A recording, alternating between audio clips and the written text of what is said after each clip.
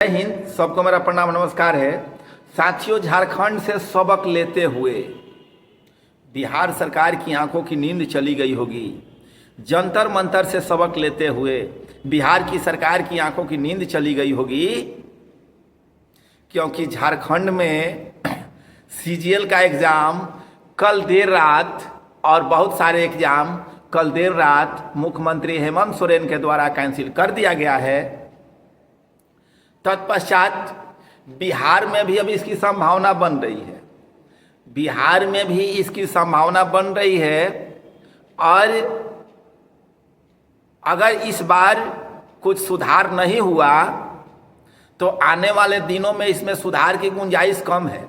आज 18 तारीख है, तो 18 तारीख के दिन बिहार में, खास करके बिहार में छात्र गर्दनी बाग में छात्र नेता दिलीप के तत्वाधान में अनशन करने वाले हैं।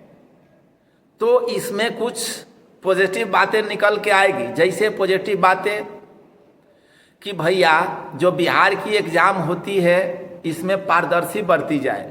जो दरोगा का एग्ज़ाम हुआ, जो बिहार पुलिस का एग्ज़ाम होता है, ये केवल पीडीएफ में रोल नंबर दे दिया जाता है। और दरोगा में तो ये किया जाता है कि उसका अलग अलग पीटी मेंस का रोल नंबर भी होता है, जिससे बच्चों के मन में जिज्ञासा होती है कि हमने 80 सही किया, हमने 75 सही किया, हमारा सिलेक्शन नहीं हुआ।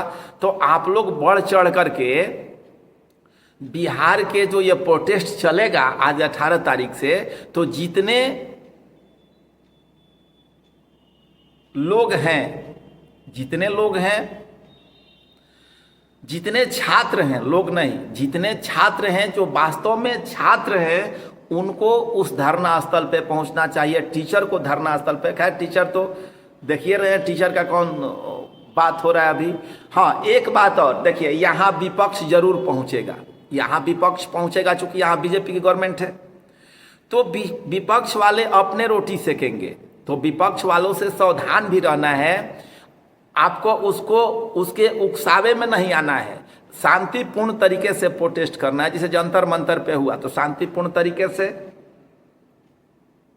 हुआ था, लेकिन बीच में कुछ असामाजिक तत्व घुस करके और उसको क्या किए, डाइवर्ट कर दिए। झारखंड में पूरी तरीके से विदाउट विपक्ष हुआ है और शांतिपूर्ण तरीके से सरकार हर बात मानी है। तो जितने सारे बुद्धिजीवी हैं, जितने सारे छात्र हैं, जितने सारे पढ़ने वाले हैं, उनसे हाथ जोड़ के विनती है कि सरकार के विचारों के खिलाफ आप हैं। और ये जो आप देखते हैं कि जो सरकारी संपत्ति है, जो सार्वजनिक संपत्ति है, जिसकी नुकसान बहुत सारे बच्चे पहुंचाने का प्रयास करते हैं, बच्चे तो नहीं करते हैं, उसको विपक्ष के द्वारा उसको अलग अलग लोगों के द्वारा, उपद्रवी तत्वों के द्वारा अपने हिसाब से हैंडल किया जाता है।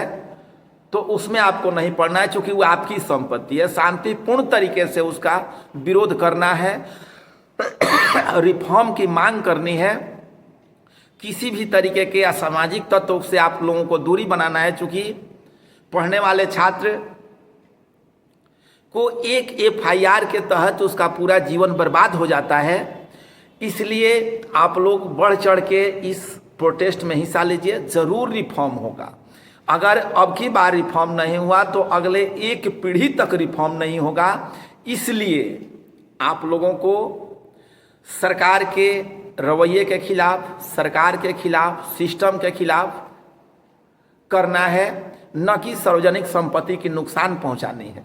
सरकार का खिलाफ नहीं करना है, सरकार से अपनी बात मनवानी है कि हमारा भाई जो भी सरकार है, हम लोगों को जो हम एग्ज़ाम देते हैं, तो हमारा जो है, अगर हम एग्ज़ाम देते हैं तो हमारे जानने का मूलभूत अधिकार है कि हमारा नंबर कितना आया, हमने एग्ज़ाम में क्या क्या लिखा। हम लोग शुरू से मैट्रिक से, मतलब एक क्लास से लेकर के ग्रेजुएशन तक के एग्जामों में ये सारे घटनाएं होती है, सबको मार्क्स मिलता है। अगर मान लीजिए कि उनको ही केवल पास फेल, विधायक का चुनाव होता है, एमपी का चुनाव होता है, उनको ही केवल पास फेल बता दिया जाए तो उनको कैसा लगेगा।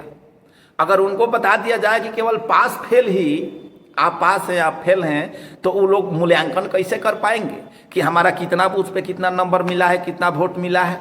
उसी तरीके से छात्रों का एक जायज़ मांग है कि आप हमेशा एग्जाम को पारदर्शी बनाइए। अरे मत लीजिए, आप वैकेंसी भर भर के मत लीजिए, लेकिन आप एग्जाम को पारदर्शी बनाइए। हर बच्चे को ये जानने का अधिकार होना चाहिए कि हमने जो लिखा है क्या वो सही लिखा है अथवा गलत लिखा है, हमने कहाँ मिस्टेक की है। एक सिस्टम का आंसर की होना चाहिए। खास करके बिहार दरोगा और बिहार पुलिस के अभ्यर्थियों को बहुत ज़्यादा दिक्कत होती है इसमें। बीएसएससी 3-4 सालों से एग्जाम नहीं ले रही है, फॉर्म भरवा करके उसका न जाने टेंट पंडाल का वो करेगी क्या। इसी तरीके से बीपीएससी का भी है, उन लोगों को भी तानाशाही रवैया धीरे धीरे आ रहा है। अतुल प्रसाद जी थे तब तक कुछ मिला जुला करके बीपीएससी में बहुत सारे रिफॉर्म हुए हैं, इस बात को झुठलाया नहीं जा सकता है। लेकिन अब इस रिफॉर्म को युग के अनुसार, सिस्टम के अनुसार, समय के अनुसार बदलना है। सब बच्चे पास हुए हैं, उनकी सबकी कॉपी अपलोड कर देनी चाहिए थी। बिना कॉपी चेक किए हुए तो ये सारा कंडीशन हुआ नहीं होगा। तो इसी तरीके से छोटे छोटे हर विभाग में, हर सिस्टम में रिफॉर्म करने की ज़रूरत है। ये अच्छी पहल है, इसमें आप लोगों को बढ़ चढ़ के हिस्सा लेना चाहिए। अगल बगल के हैं तो आपको इस प्रोटेस्ट में जाना चाहिए, लेकिन शांतिपूर्ण तरीके से।